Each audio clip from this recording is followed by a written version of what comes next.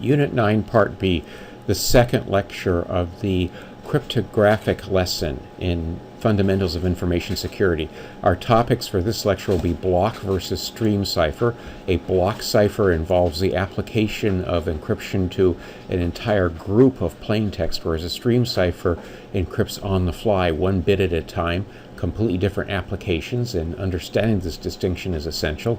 Cryptographic modes, which takes this distinction between block and stream ciphers and expands it a bit. It's different ways you can apply a cipher to a set of plain text. Hashes and message authentication codes are ways of determining whether a message is authentic or not, in a sense of has it been illicitly modified and did it come from its source.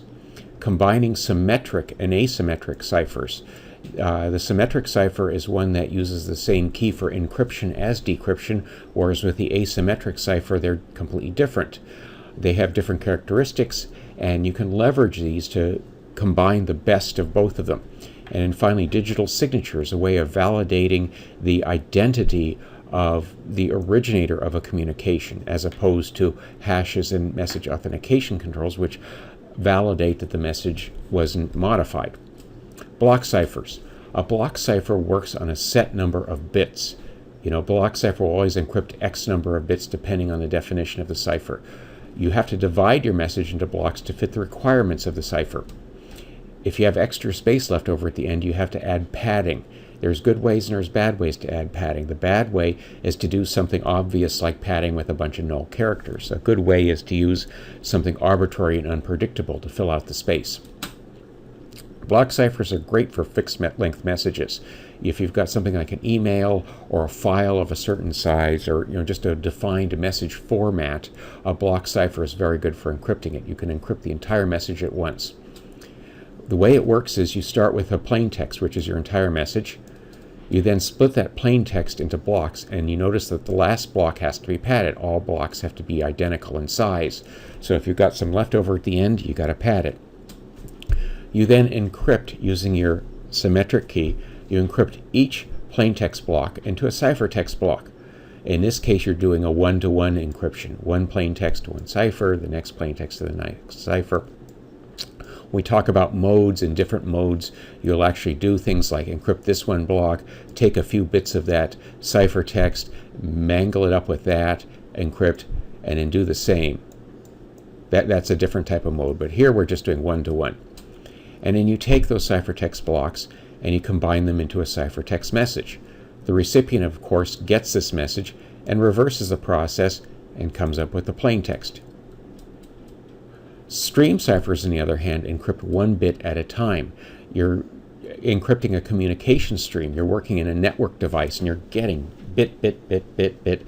You have no idea what the structure of the frame or the packet is. You don't care. You don't want to care. You don't want to add latency to the network. You get one bit, you encrypt it, you go to the next. You take a bit of a key stream, which is something generated by your cryptographic algorithm, and you use the logical exclusive OR operation with the plain text to create the cipher stream. An exclusive OR is basically if the two bits are the same, the result is 0. If the two bits are different, the result is 1. It has the interesting characteristic of self-reversing. So you combine the plain text and the key stream to get the ciphertext. It's great for on-the-fly encryption of communications. Very low latency, one bit at a time. You don't care about the structure of what's passing through. You just care about what a bit is.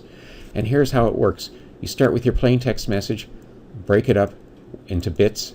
You could call those bits a block if you wanted to. It's like a 1 bit size block, but it's not really quite true. This isn't really a block. It's just a bit. You also then take your key, your cryptographic key, and you have your cryptographic algorithm, which generates, based on that key, a series of key stream bits. So you take a key stream bit and a plain text bit, you apply the exclusive OR operation, and you've got a ciphertext bit. Repeat over and over and over. You've got your ciphertext message, bit, bit, bit, bit. No structure, no blocks. The recipient takes these things one bit at a time and reverses the process.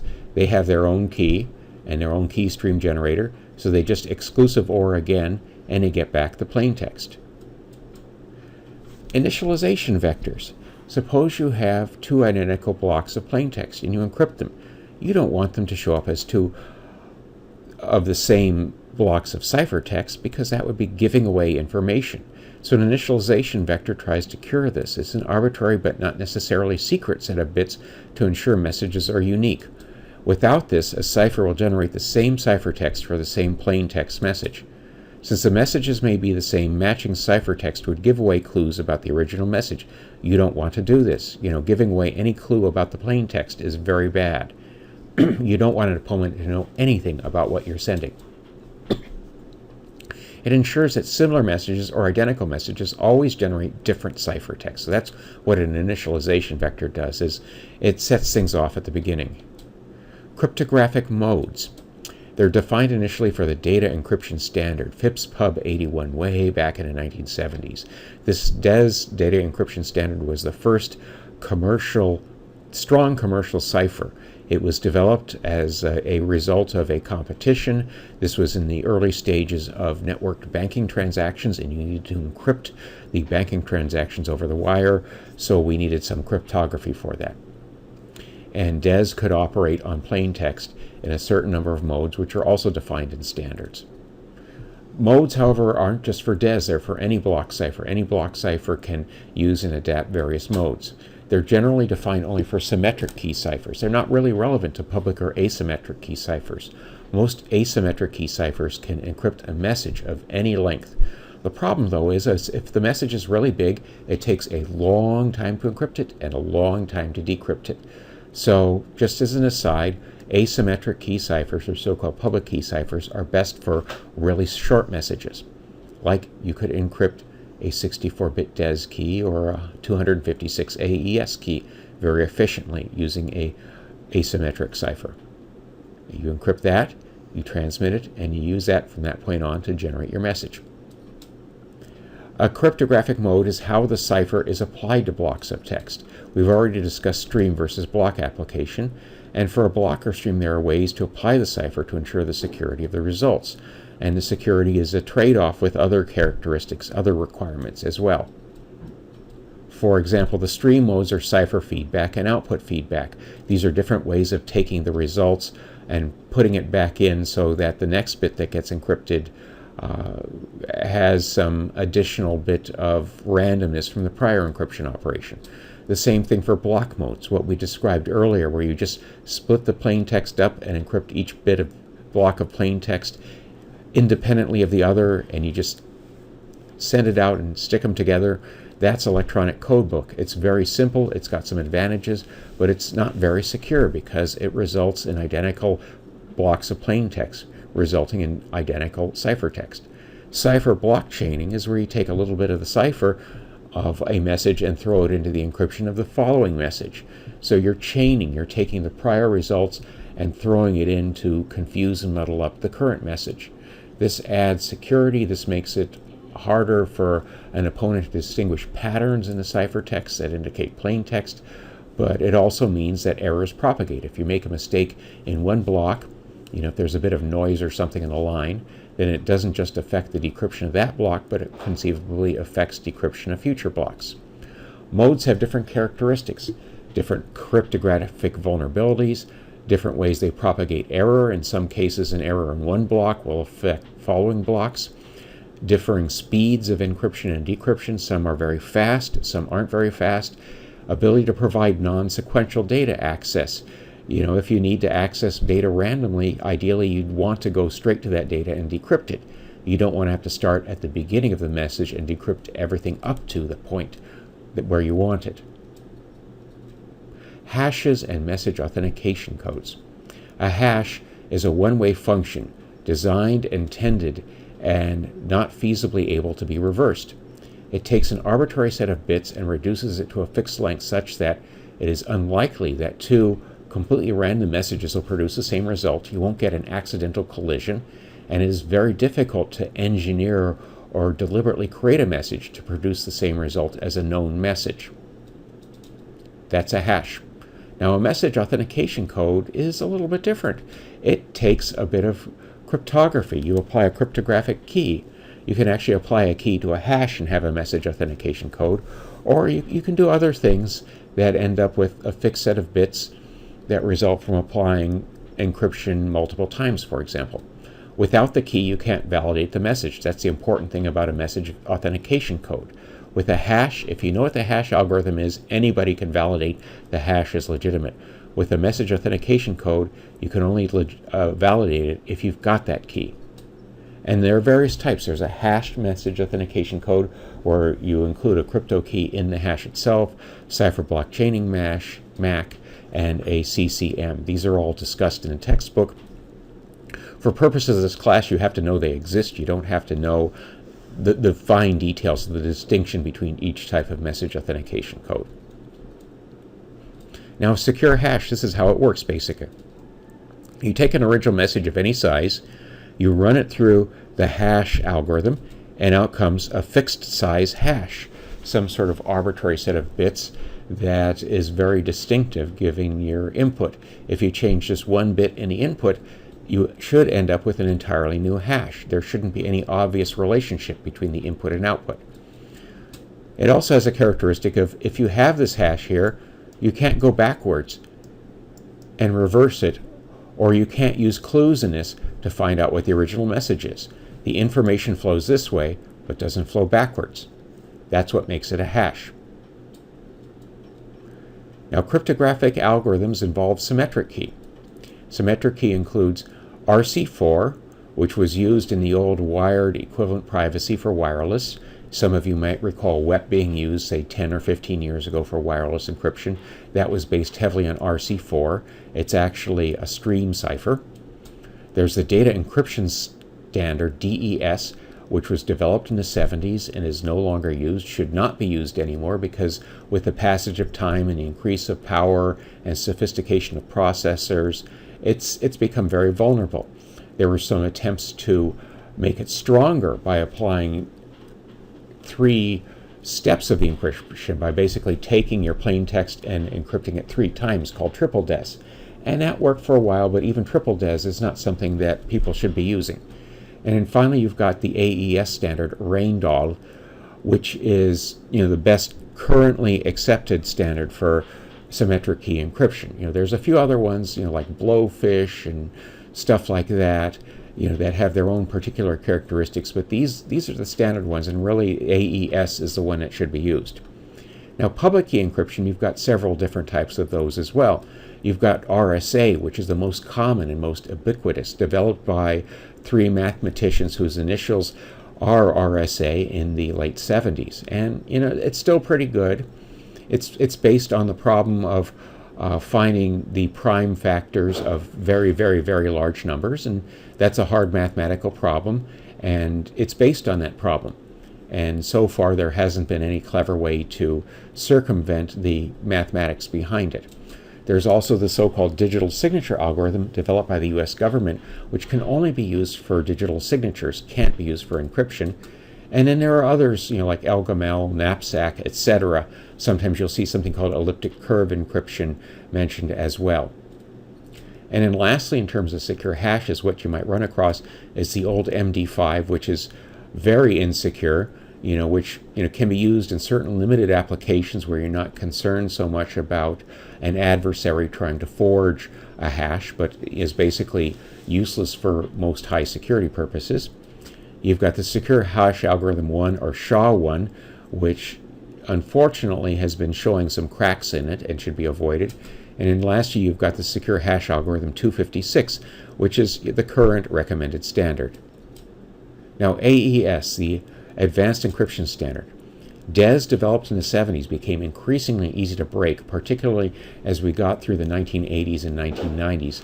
There was a lot of alarm that DES was just not good enough for highly secure commercial transactions, things like banking, financial transactions. If DES were broken, at that point it would break a lot of internet commerce, a lot of electronic commerce that existed outside of the internet, and a lot of our banking systems would be in big trouble. So the US federal government started a contest to find a DES alternative in the late 1990s. It was a very open contest. They accepted entries internationally. As far as is known, the process is very legitimate, and we ended up with a replacement announced in September 2000, which was Reindahl. which is a combination of the names of the two Dutch-speaking Belgians who developed it. Though I've heard comments and jokes to the effect that it was the name was chosen so as to make it impossible for anyone who's not a native Dutch speaker to pronounce it properly.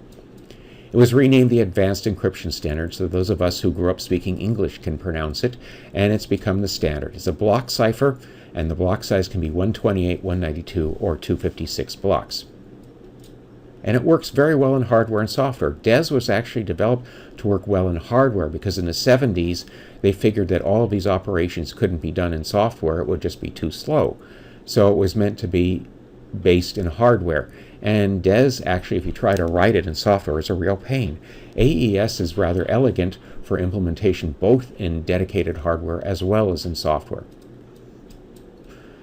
Now, when you've got symmetric key encryption, you've got some issues with it.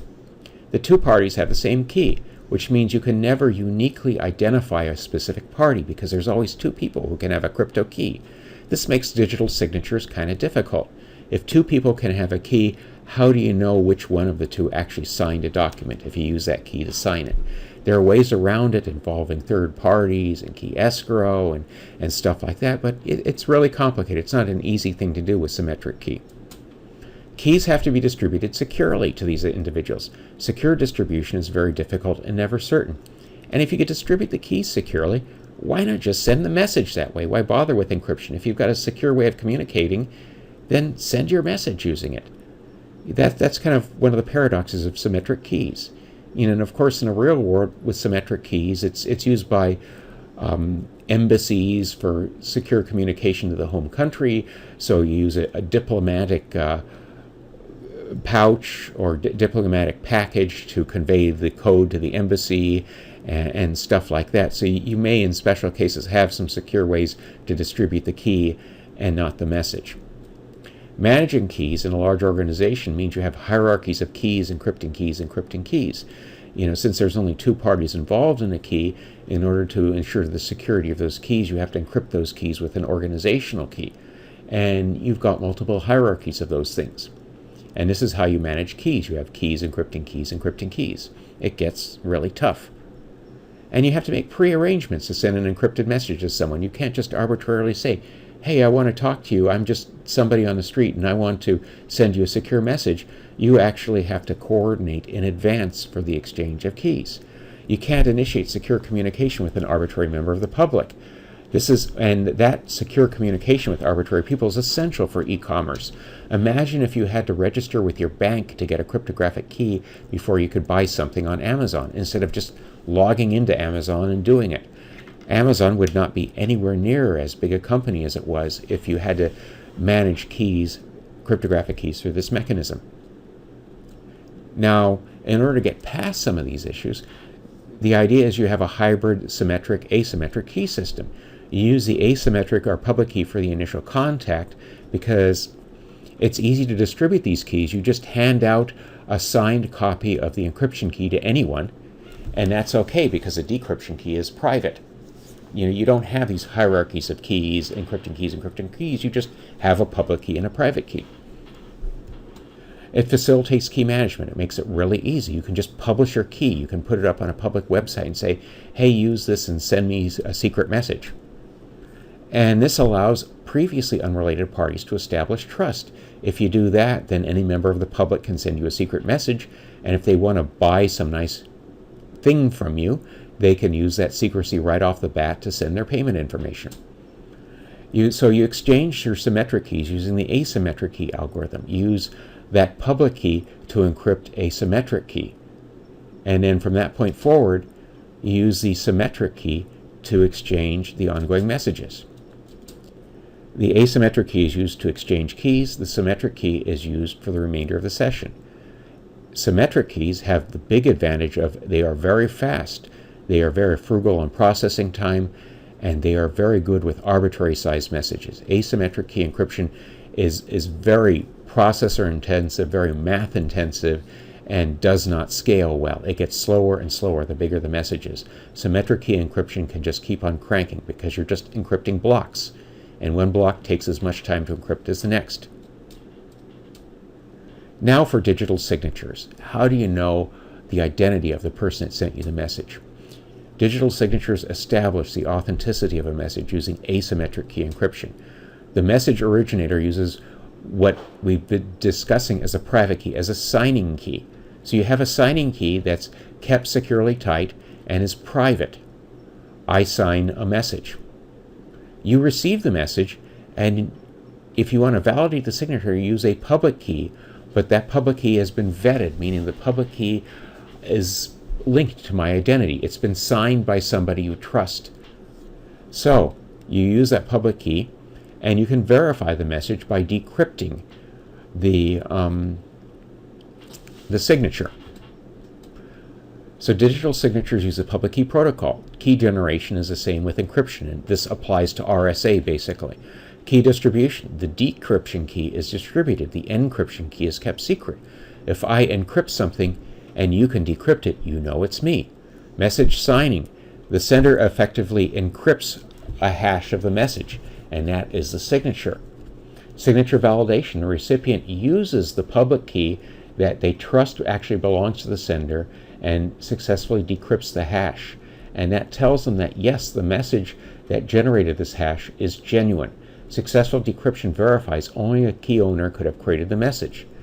And instead of encrypting and decrypting the whole message, you use a message digest or secure checksum, basically a secure hash. You validate the secure hash against the plaintext message. Here's how it works. Alice